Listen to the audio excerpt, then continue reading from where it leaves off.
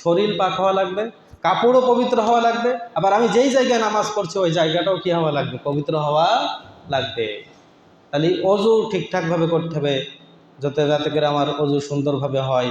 আবার গোসল যদি আমার ফরজ হয়ে যায় তাহলে নাকের ভিতরে পানি দিতে হবে, গড় গড় করে কুলি করতে হবে, এরপরে সারা গায়ে পানি দিতে হবে। সারা গায়ে পানি দিলাম, নাকের ভিতরে নরম স্থানে পানি পৌঁছালাম না, গলা পর্যন্ত পানি পৌঁছালাম না, তাহলে কিন্তু আবার গোসল হবে না। ওই গোসল দিয়ে নামাজ পড়লে নামাজও হবে না।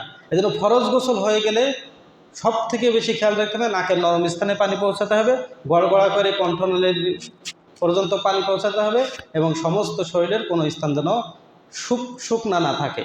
এভাবে সুন্দর করে উত্তম রূপে গোসল করতে হবে। এবং পবিত্রতা অর্জন করার ক্ষেত্রে আমি কি করলাম, অজু করলাম। অজুর করার পরে দেখা গেল আমার এই টাকনুর এখানে অল্প একটু শুকনা আছে, সামান্য।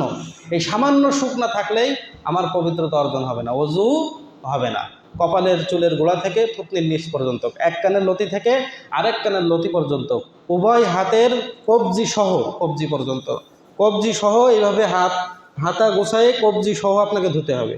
আপনি এইভাবে হাতা যদি রেখে দেন, এতটুকু কোনো রকম ধরলেন, এখানে গিরো আপনার কি থাকলে, শুকনো থাকলে, তাহলে আপনার অজু হবে না। এই অজু দিয়ে নামাজ পড়লে ওই নামাজের কোনো ফজিলত আপনার হবে না, আপনার তো পবিত্রতাই অর্জন হয়নি।